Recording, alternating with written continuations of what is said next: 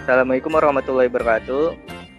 Kami dari kelompok 7 ingin membahas materi mengenai bentuk-bentuk lembaga keuangan mikro yang beranggota Muhammad Faisal, Sarah Nabila Yasmin, saya sendiri Angga Dita Jarno, lalu ada Zaini Putrianisa, ada Adenova Kristiana, lalu ada Putra Gemdang Rahman, dan ada Nadifa Rima Rasya.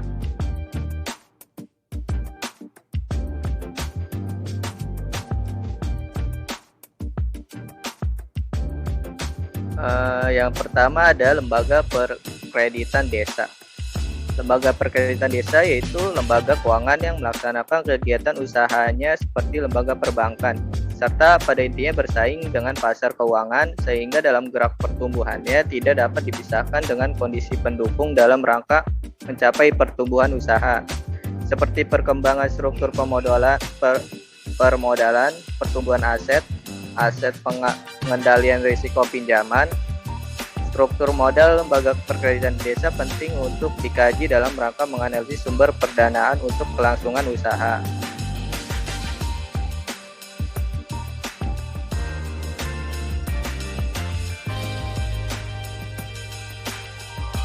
Sejarah lembaga perkreditan desa. Lembaga perkreditan desa atau disingkat LPD yang tersebar di wilayah Bali merupakan bisnis jasa keuangan yang dikelola oleh desa Pekraman atau desa adat. Badan usaha LPD sepenuhnya dimiliki dan dikelola oleh desa adat. Merupakan lembaga bisnis yang dikelola dengan tujuan untuk memperoleh laba. Sebelumnya ada LPD di Bali, telah banyak terbentuk kelompok sekeha yang menghimpun warga masyarakat sebagai anggotanya. Dengan sistem kebersamaan gotong royong, segilik seguluk paras paros sarpanaya sesuai dengan landasan hidup masyarakat Bali. Masing-masing kelompok tersebut secara aktif melakukan kegiatan bersama untuk mencapai suatu kesejahteraan hidup. Salah satu kegiatan yang sering dilakukan oleh sekeha tersebut adalah menghimpun dan meminjam dana di antara para anggota sekeha. Aktivitas menghimpun dana tersebut berupa pepeson atau pacingkreman, baik berupa uang maupun barang setiap bulannya.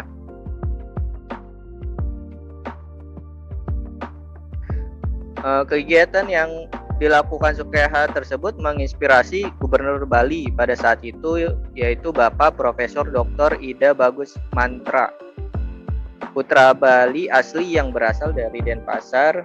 37 itu memang sangat konsen memperhatikan adat dan budaya Bali. Pada saat itu beliau memiliki ide yang sangat cemerlang, khususnya untuk mempertahankan sekaligus melestarikan adat dan budaya Bali. Salah satunya dengan membentuk lembaga keuangan sebagai salah satu wadah bagi masyarakat desa adat dalam mengelola keuangan, yaitu Lembaga Perkreditan Desa atau disingkat LPD. Lembaga ini terinspirasi dan terbentuk setelah mengikuti seminar yang diselenggarakan oleh Departemen Dalam Negeri yang bertajuk Seminar Kredit Pedesaan di Semarang pada tanggal 20 sampai 20 Februari pada tahun 1984. Dengan mengadopsi konsep sekehe yang sudah tumbuh di dalam masyarakat Bali, Profesor Dr. Ida Bagus Mantra menggagas pendirian suatu lembaga keuangan yang berlandaskan adat. Dengan konsep sedemikian rupa, maka terbentuklah Lembaga Perkreditan Desa atau LPD ini. Sebagai suatu lembaga keuangan komunitas adat yang bertujuan untuk membantu desa Pekraman dalam menjalankan fungsi kulturalnya, Lembaga Perkreditan Desa merupakan lembaga keuangan milik desa Pekraman yang menjalankan fungsi keuangan dan mengelola sumber daya keuangan milik desa Pekraman dalam bentuk simpan pinjam untuk keperluan pembiayaan kehidupan anggota desa Pekraman, baik secara sendiri-sendiri maupun secara bersama-sama dalam rangka pengembangan fungsi sosio-kultural dan keagamaan masyarakat desa Pekraman. Dari landasan tersebut, maka pemerintah daerah Bali menindaklanjuti dengan menetapkan keputusan Gubernur nomor 972 tahun 1984 pada tanggal 1 November 1984 tentang pendirian LPD. Untuk operasional pertama kalinya didirikan satu LPD di setiap kabupaten di Bali. Keputusan tersebut dilaksanakan pada tahun 1985 dengan keputusan Gubernur nomor 1A tahun 1985 tanggal 2 Januari 1985 berdasarkan anggaran 1984/1986 dibentuk sebanyak 8 LPD di seluruh kabupaten di Bali. Lalu tata kelola dalam LPD yang pertama itu ada organisasi dan perencanaannya. Berdasarkan Perda Provinsi Bali nomor 8 tahun 2002, setiap LPD dikelola oleh sebuah komite, yaitu ada ketua, kasir, dan petugas administrasi.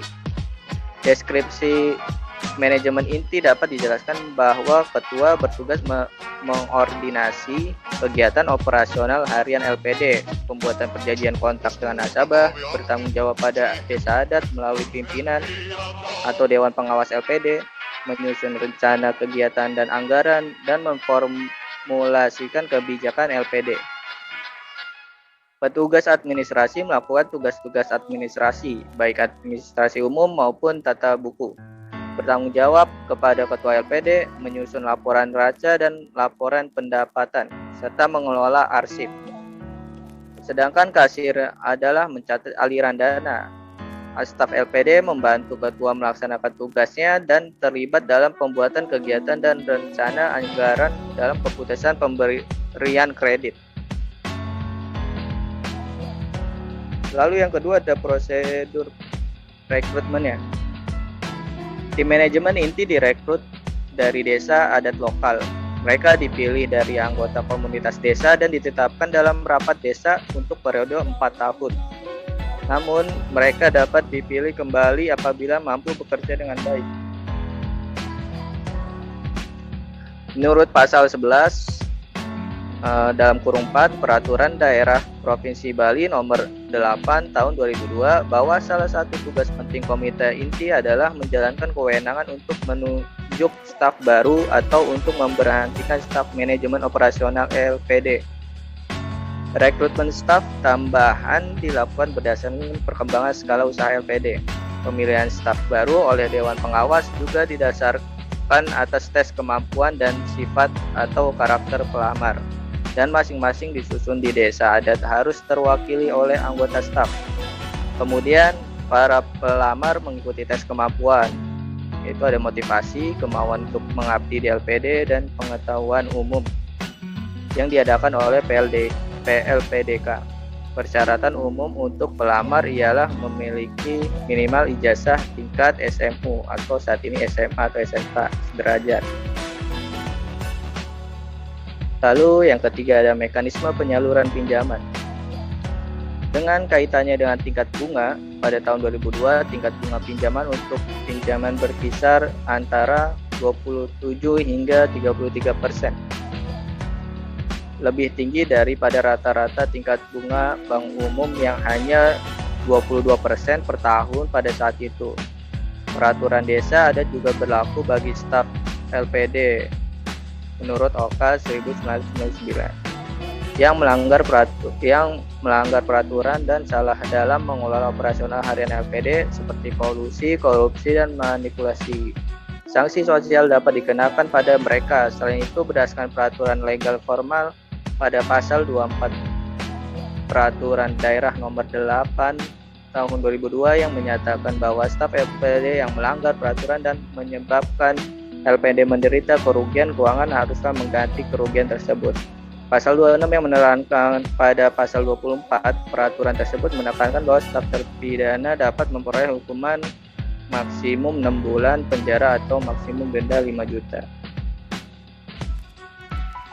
Lalu ada keempat, sistem penggajian. Sistem penggajian pada LPD secara umum dimaksudkan untuk menstimulasi kinerja yang lebih baik dari stafnya, terutama dalam mengumpulkan pinjaman dan mempromosikan dan melayani tabungan. Di antara manajemen inti LPD, ketua memperoleh gaji yang paling tinggi, diikuti oleh petugas kasir dan tenaga administrasi. Prinsip penentuan gaji pokok yang didasarkan biaya hidup di desa di mana LPD berada juga tercermin pada kuatnya hubungan antara LPD dengan lingkungan sosioekonominya.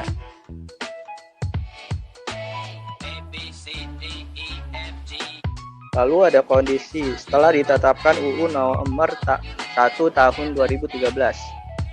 Diberlakukannya UU nomor 1 tahun 2013 tentang LKM, di mana mengakui LPD sebagai lembaga milik desa Pekraman yang diatur berdasarkan hukum adat sebagaimana yang ditegaskan dalam bab 13 pasal 39 angka 3. Sebenarnya dalam regulasi LKM menggunakan Undang-Undang nomor 1 tahun 2013 yang disahkan pada 11 Desember 2012. Lalu sebagaimana dasar hukum dari LKM, LKM didirikan dengan motif untuk menunjang kebutuhan UMKM dan masyarakat dengan memberikan pinjaman dengan transaksi-transaksi kecil dan jangka pendek agar dapat meningkatkan pendapatan dan kesejahteraan masyarakatnya.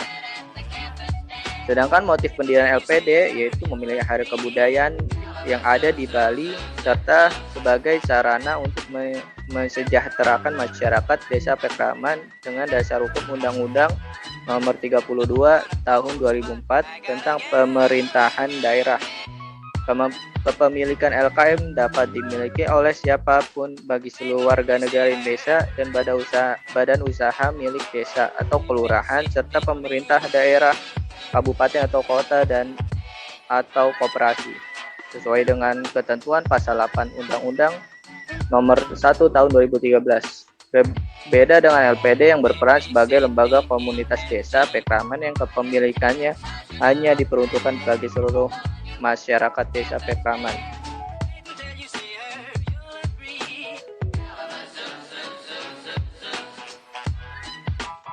LPD merupakan lembaga yang berada di bawah naungan desa adat atau desa Pekraman di Bali dan diawasi oleh Pemprov Bali. Menurut catatan Pemprov hingga semester 1 tahun 2014, jumlah LPD di Bali mencapai 1.421 unit dengan total aset mencapai 11,4 triliun rupiah. Format badan peminjaman tersebut saat ini tengah diproses oleh Pemprov Bali beserta Badan Kerjasama LPD Provinsi Bali.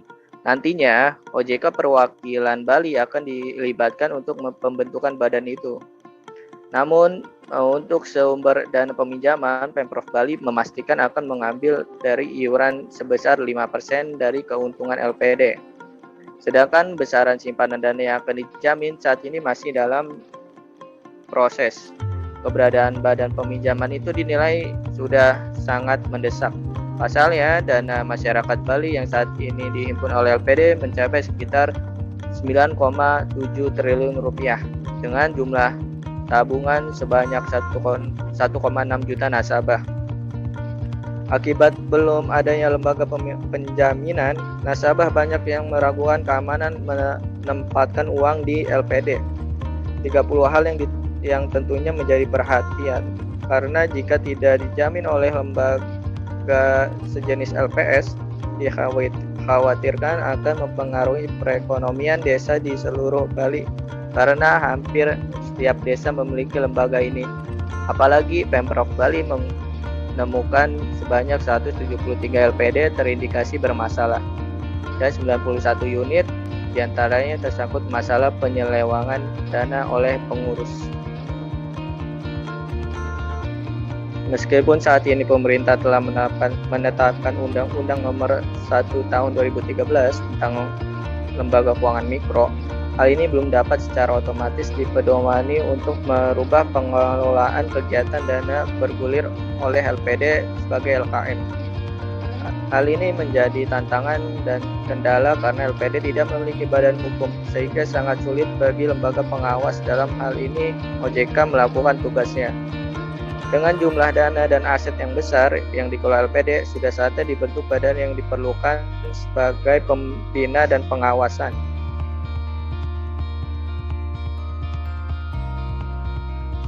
Sebagai LPD telah berperan dalam memberdayakan kegiatan ekonomi mikro. Hal ini disebutkan disebabkan umumnya usaha mikro memanfaatkan fasilitas keuangan yang ada di antaranya LPD, BPR, dan BRI unit desa. Peran LPD sangat penting dalam pembangunan daerah walaupun belum optimal, telah menunjukkan tren yang semakin meningkat. Hal ini terlibat dari semakin tinggi dana masyarakat yang berhasil dalam berbagai lembaga keuangan termasuk LKM.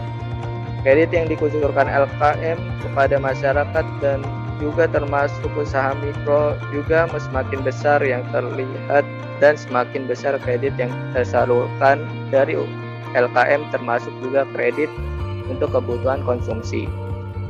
Hanya saja peran LKM terhadap usaha mikro dapat dikatakan belum optimal.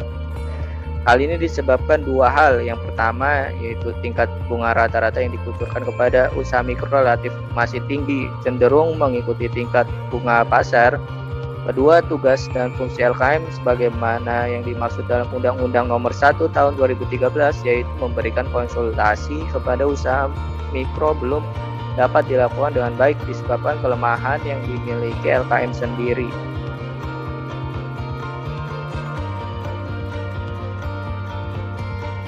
Lembaga Perkreditan Kecamatan.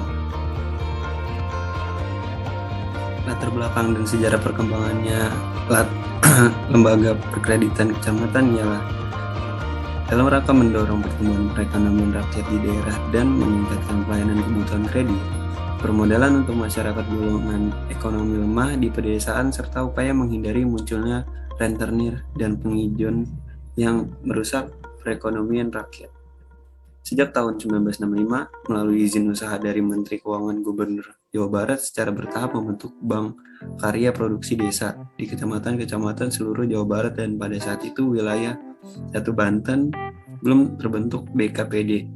Pada tahun 1970 dengan adanya Peraturan Menteri Keuangan Nomor B331 MK 4 Nomor 70 yang melarang lembaga keuangan pedesaan dengan nama bank.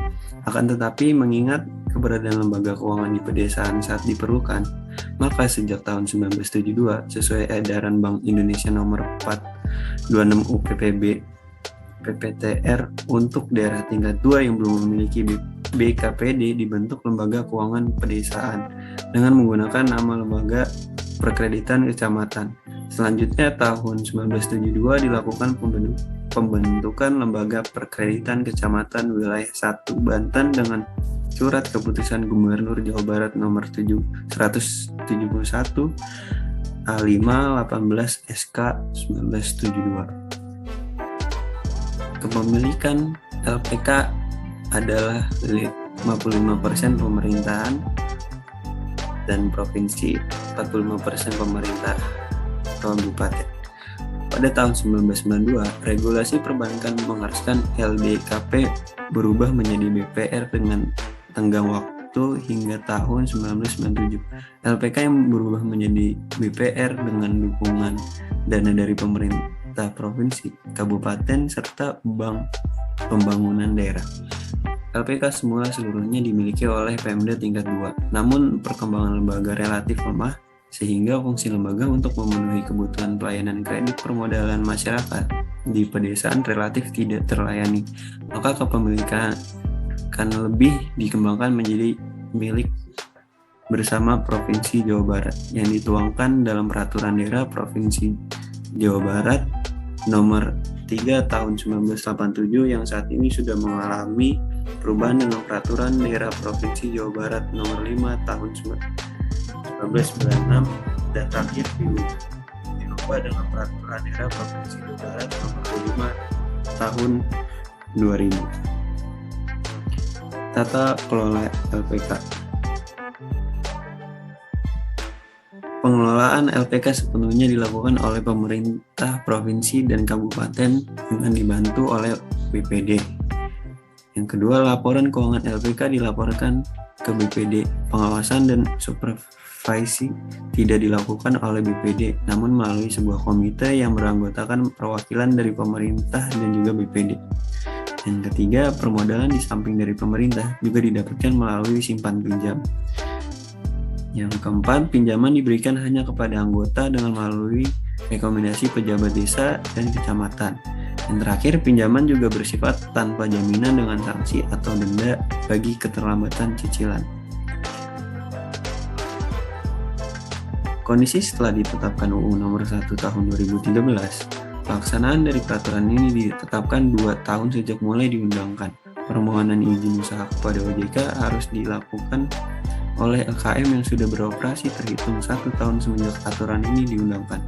Hal ini dilakukan untuk memberikan tenggang waktu bagi LKM dalam mengadaptasi kegiatannya dengan aturan yang berlaku. Segala hal yang belum diatur oleh peraturan ini, termasuk masalah permodalan, manajemen, dan lain-lain, akan diatur melalui peraturan otoritas jasa keuangan. Sistem ini dirasa cukup efektif untuk menyusun peraturan yang sesuai dengan kondisi yang terjadi setiap waktu. Industri jasa keuangan merupakan industri yang amat rentan terhadap gejolak ekonomi yang terjadi baik nasional, regional, maupun internasional.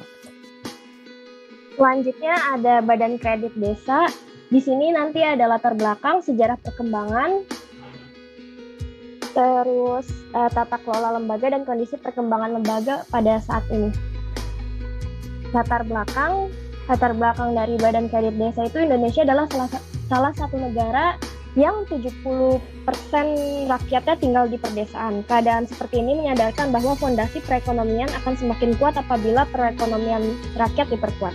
Memperkuat perekonomian rakyat salah satunya dengan cara membangun lembaga keuangan perdesaan yang mampu menjadi perantara keuangan pedesaan. Lembaga keuangan perdesaan sudah ada sejak tahun 1825, di mana lembaga keuangan perdesaan itu disebut dengan Badan Kredit Desa atau BKD.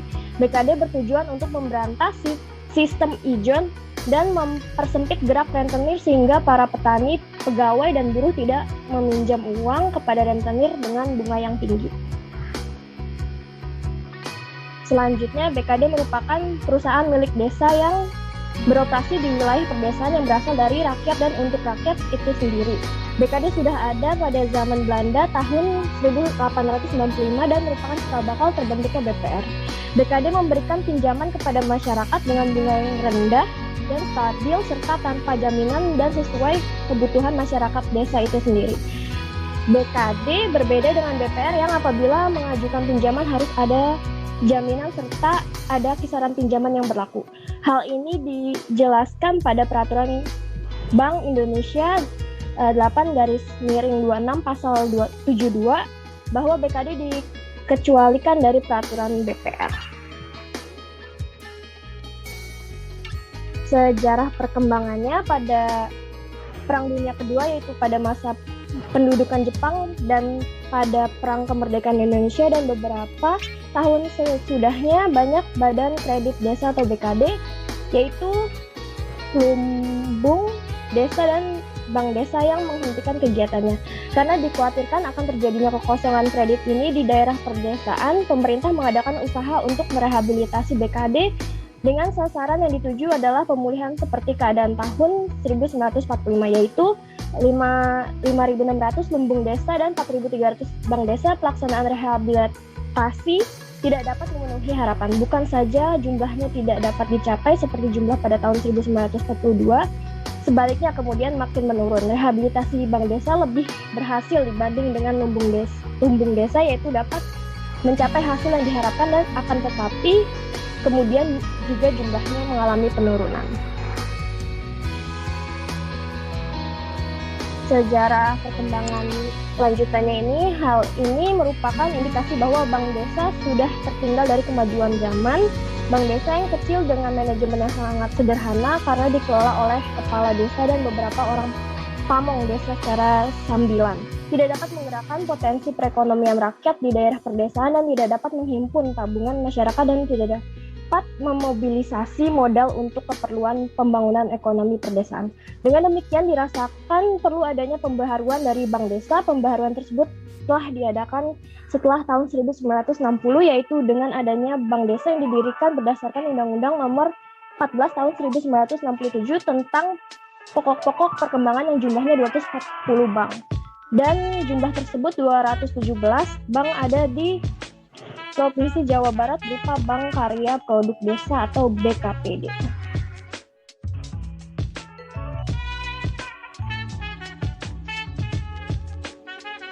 Tata kelola lembaga menurut Surat Edaran Otoritas Jasa Keuangan nomor 19 SEOJK.03/2016. Yang pertama, dalam praktiknya tidak semua BKD mampu memenuhi ketentuan BPR dikarenakan BKD tidak memiliki status badan hukum serta memiliki karakteristik unik, yaitu manajemen pengelolaan yang sederhana dan waktu operasional tidak setiap hari kerja. Status badan hukum dan keunikan BPD membuat BKD dikecualikan dalam setiap ketentuan yang berlaku bagi BPR. Yang kedua, dengan terbentuknya tim pemberes, wewenang dan tanggung jawab pengelolaan BKD dalam pemberesan menjadi wewenang dan tanggung jawab tim pemberesan. Dan yang terakhir, sebagai BPR, BKD wajib memenuhi ketentuan mengenai BPR yang mencakup antara lain kelembagaan, prinsip kehati-hatian, pelaporan dan transparansi keuangan, serta penerapan standar akuntansi bagi BPR. Selanjutnya, kondisi perkembangan lembaga pada saat ini.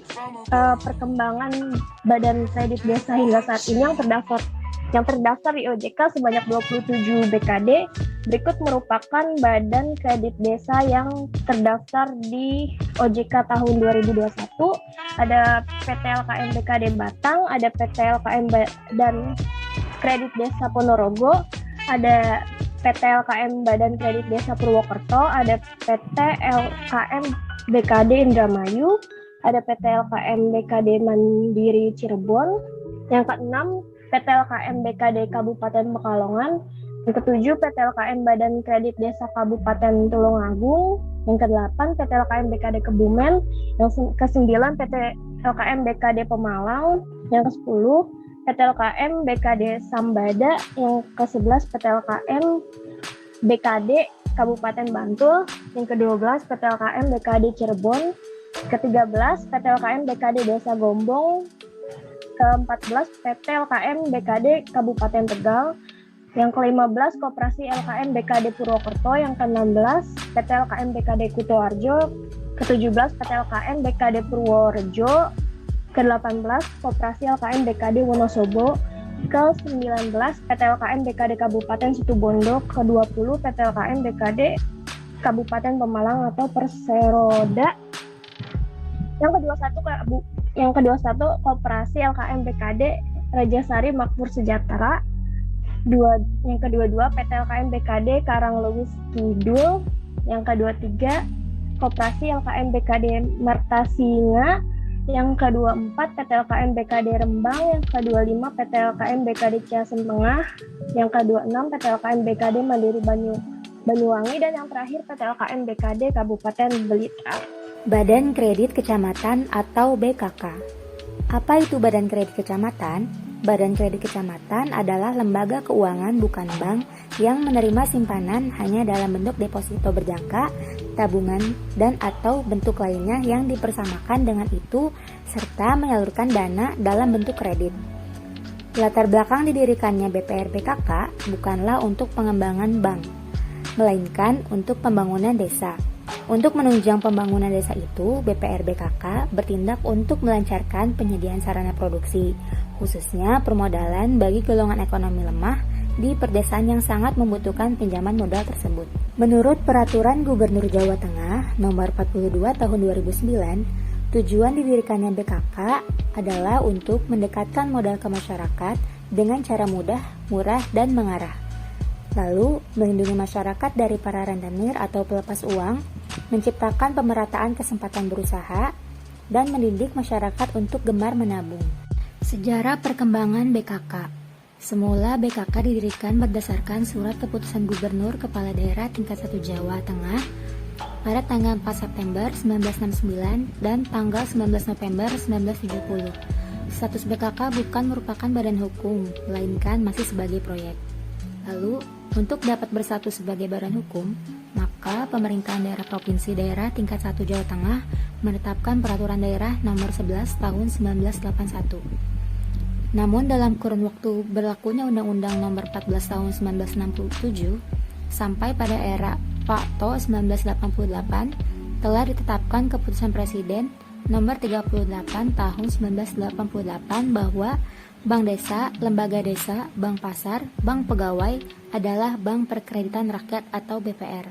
Sementara itu, dalam Keputusan Menteri Keuangan Nomor 1064 /1988, usaha Bank Perkreditan Rakyat dapat menghimpun dana dari masyarakat dalam bentuk giro, deposito, berjangka, dan tabungan. Dengan demikian, tidak ada perbedaan antara bank umum dan bank perkreditan rakyat. Dengan berlakunya Undang-Undang Nomor 7 Tahun 1992 yang mewajibkan bagi BKK untuk melakukan perubahan bentuk hukum menjadi BPR. Tata kelola BPR BKK. Penerapan tata kelola paling sedikit harus diwujudkan dalam bentuk sebagai berikut. A. Pelaksanaan tugas dan tanggung jawab direksi. B. Pelaksanaan tugas dan tanggung jawab Dewan Komisaris. C. Kelengkapan dan pelaksanaan tugas atau fungsi komite. D. Penanganan benturan kepentingan. E. Penerapan fungsi kepatuhan, audit intern dan audit ekstern. F. Penerapan manajemen risiko termasuk sistem pengendalian intern. G. Batas maksimum pemberian kredit. H. Rencana bisnis BPR BKK. I. Transparansi kondisi keuangan dan non-keuangan. Kondisi BKK saat ini. Sebanyak 27 perusahaan daerah bank kredit kecamatan se-Jawa Tengah dilebur menjadi entitas perbankan baru bernama PT BKK Jateng Persero. Saat ini, masih terdapat banyak BKK yang masih beroperasi sesuai dengan keberadaan awalnya. BKK merupakan lembaga keuangan dengan status perusahaan daerah sesuai dengan Perda Jateng Nomor 19 Tahun 2002. Pengawasan juga dilakukan oleh Bank Pembangunan Daerah di tiap provinsi. Pengelolaan BKK dilakukan oleh pemerintahan provinsi dan approval pinjaman harus melalui camat. Jenis produk yang ditawarkan adalah pinjaman dan simpanan yang awalnya hanya berupa simpanan wajib yang diambil dari persentase dari pinjaman. Seiring dengan waktu, BKK mulai memperkenalkan simpanan sukarela atau tabungan yang diberi nama Tamades, tabungan masyarakat desa. Selain mengumpulkan dana dari simpanan pihak ketiga, dana juga didapat dari pemerintah provinsi melalui Bank Pembangunan Daerah. Teras BRI merupakan salah satu unit kerja baru BRI yang dibuka tanggal 21 Agustus 2009 yang merupakan perpanjangan tangan dari BRI Unit. Keberadaan Teras BRI dapat meningkatkan peran BRI sebagai bank yang merakyat dengan masyarakat. BRI meramalkan dengan adanya Teras BRI akan terus meningkat. Hal ini terbukti dengan banyaknya nasabah yang mulai melakukan transaksi di Teras BRI berupa membuka simpanan BRI, meminjam di BRI, dan lain-lain.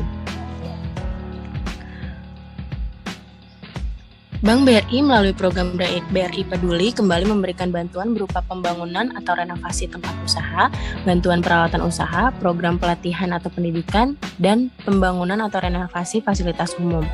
Bantuan tersebut dikemas dalam program Teras BRI Nusantara yang diadakan di 19 kantor wilayah BRI Salindo. Dengan bantuan tersebut diharapkan dapat membantu meningkatkan taraf ekonomi masyarakat.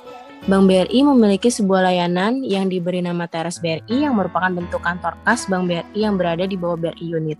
Biasanya Teras BRI berada di pasar-pasar basah guna memberikan pelayanan dan informasi kepada masyarakat terhadap produk perbankan Bank BRI di mana nasabah atau masyarakat umum mendapat informasi mengenai produk Bank BRI mulai dari tabungan, pinjaman, kredit usaha, dan lainnya langsung di pasar tempat mereka berbelanja tanpa harus datang ke kantor Bank BRI.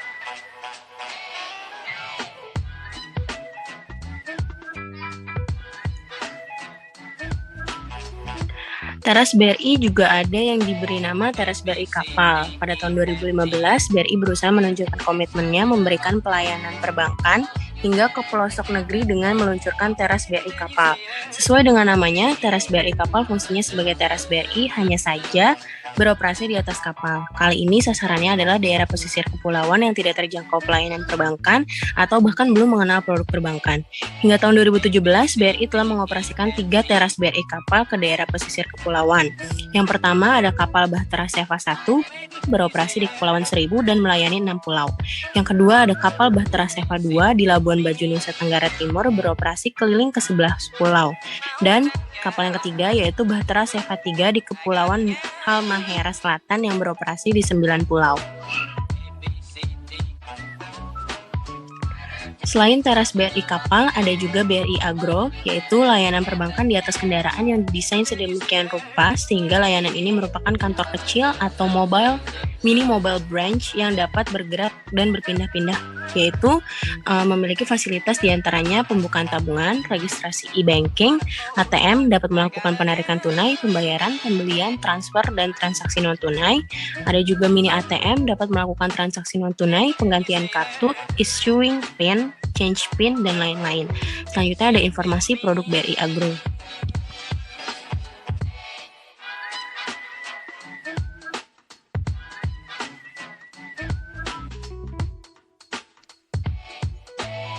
Selanjutnya ada Mandiri Usaha Mikro.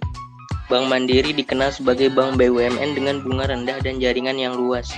Bank Mandiri menawarkan pembiayaan mikro berupa kredit usaha mikro atau KUM, kredit usaha rakyat atau KUR, dan kredit serbaguna mandiri atau KSM. KUR dan KUM merupakan kredit pembiayaan usaha atau produk yang dapat membantu debitur dalam meningkatkan skala usaha atau memenuhi kebutuhan pembiayaan modal kerja. Sedangkan KSM memenuhi berbagai macam kebutuhan pembiayaan nasabah tanpa agunan.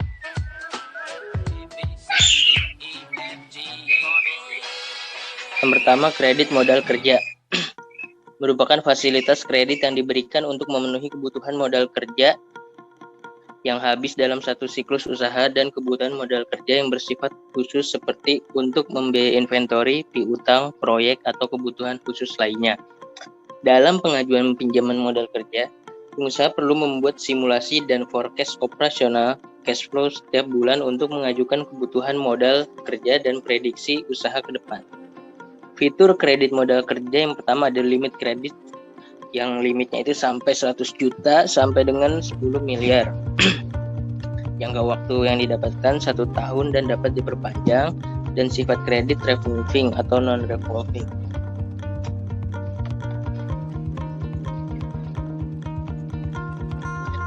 Yang kedua, kredit usaha mikro, KUM. Kredit ini diberikan kepada pengusaha mikro untuk membiayai kebutuhan usaha produktif untuk kebutuhan investasi maupun kebutuhan modal kerja. KUM dapat membantu debitur dalam meningkatkan skala usaha. Fitur KUM, proses kredit cepat dan mudah, persyaratan kredit ringan, limit hingga 200 juta, jangka waktu hingga 5 tahun, agunan berupa objek yang dibiayai dan fix aset, suku bunga flat dan fix selama jangka waktu kredit, angsuran tetap setiap bulan.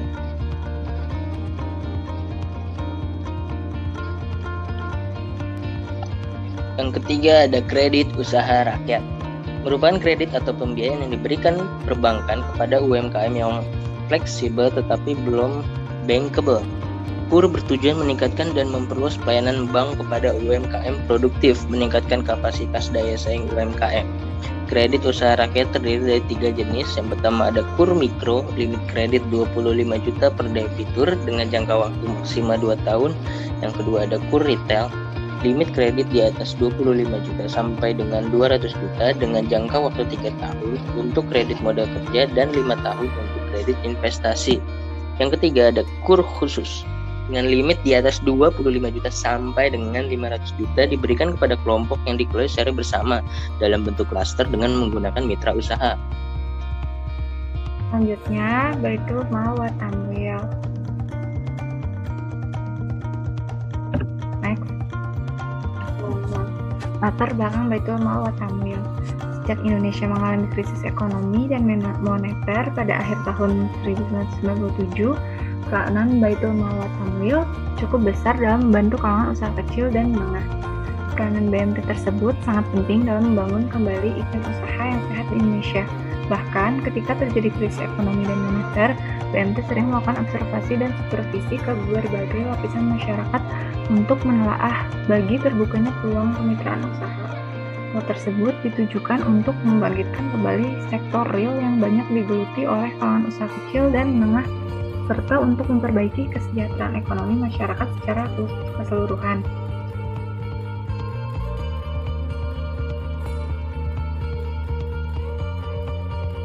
Berdirinya lembaga keuangan syariah sejenis Baitul Mal wa Tamwil di Indonesia merupakan jawaban terhadap tuntunan dan kebutuhan kalangan umat muslim.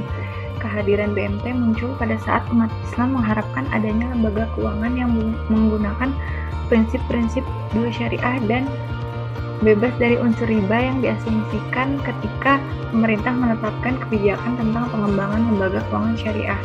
Muncul berbagai pandangan positif terhadap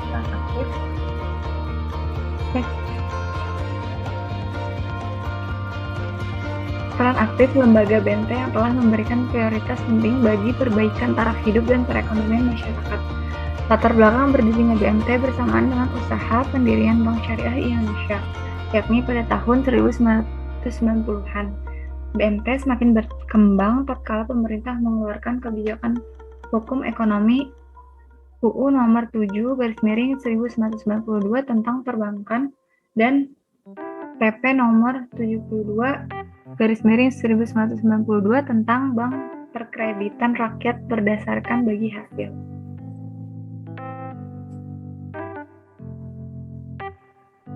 Selanjutnya, sejarah perkembangan. Keberadaan Baitul Mal wa Tamwil sebagai salah satu perintis lembaga keuangan dengan prinsip syariah Indonesia dimulai dari ide para aktivis Masjid Salman ITB Bandung yang mendirikan Koperasi Jasa Keahlian Teknosa pada 1980. Koperasi inilah yang menjadi cikal bakal BMT yang berdiri pada tahun 1984. Konsep awal BMT dimulai dari tesis syariah, itu dapatkah konsep ma'al dan tamwil digabungkan menjadi satu sama lain saling melengkapi.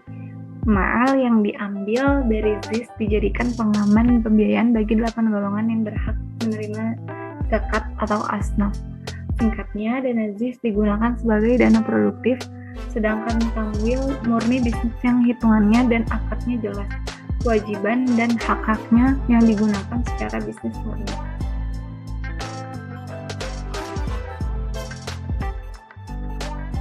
Selanjutnya, tata kelola. Tata kelola pada BMT didasarkan pada konsep 6C yang pada umumnya diterapkan pada perbankan. Konsep 6C didasarkan hasil informasi yang terkumpul mengenai calon nasabah yang akan melakukan pengajuan pembiayaan berdasarkan ketentuan yang ada. Secara umum, prinsip 6C dijelaskan Munawir dan Yunita dalam Astuti 2015 sebagai berikut. Yang pertama, karakter. Dinilai berdasarkan data mengenai sifat-sifat pribadi, watak, dan kejujuran dari pimpinan perusahaan dalam pemenuhan kewajiban finansial. Yang kedua, capacity. Dinilai berdasarkan kemampuan dalam manajemen ataupun keahlian dalam bidang usaha.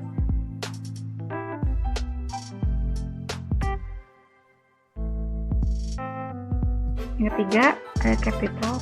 Dinilai berdasarkan tingkat rasio finansialnya dan penekanan pada komposisi tangible net worth perusahaan sebagai bentuk cerminan posisi finansial perusahaan secara keseluruhan. Yang keempat ada collateral, dinilai berdasarkan besarnya aktiva yang dikaitkan dengan jaminan. Yang kelima ada condition of economy, dinilai berdasarkan kondisi ekonomi secara umum dan kondisi sektor usaha yang mengajukan bantuan pembiayaan. Yang keenam ada constraint, dinilai dari batasan dan hambatan yang tidak memungkinkan suatu usaha untuk dilakukan pada suatu lokasi tertentu.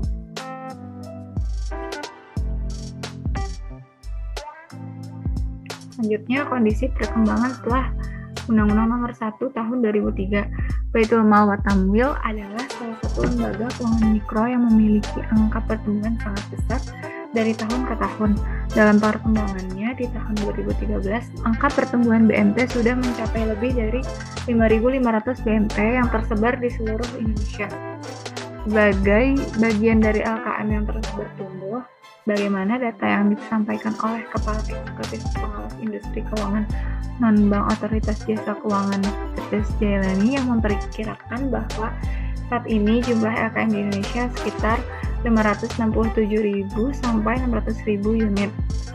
Ini menunjukkan bahwa lembaga keuangan mikro adalah lembaga keuangan yang sangat dibutuhkan oleh masyarakat kecil, khususnya di daerah-daerah untuk menunjang dan mendukung pertumbuhan ekonomi kerakyatan, terutama masyarakat berpenghasilan rendah yang selama ini tidak terjangkau oleh layanan perbankan. Sekian presentasi dari kelompok kami. Kurang lebihnya mohon maaf. Assalamualaikum warahmatullahi wabarakatuh.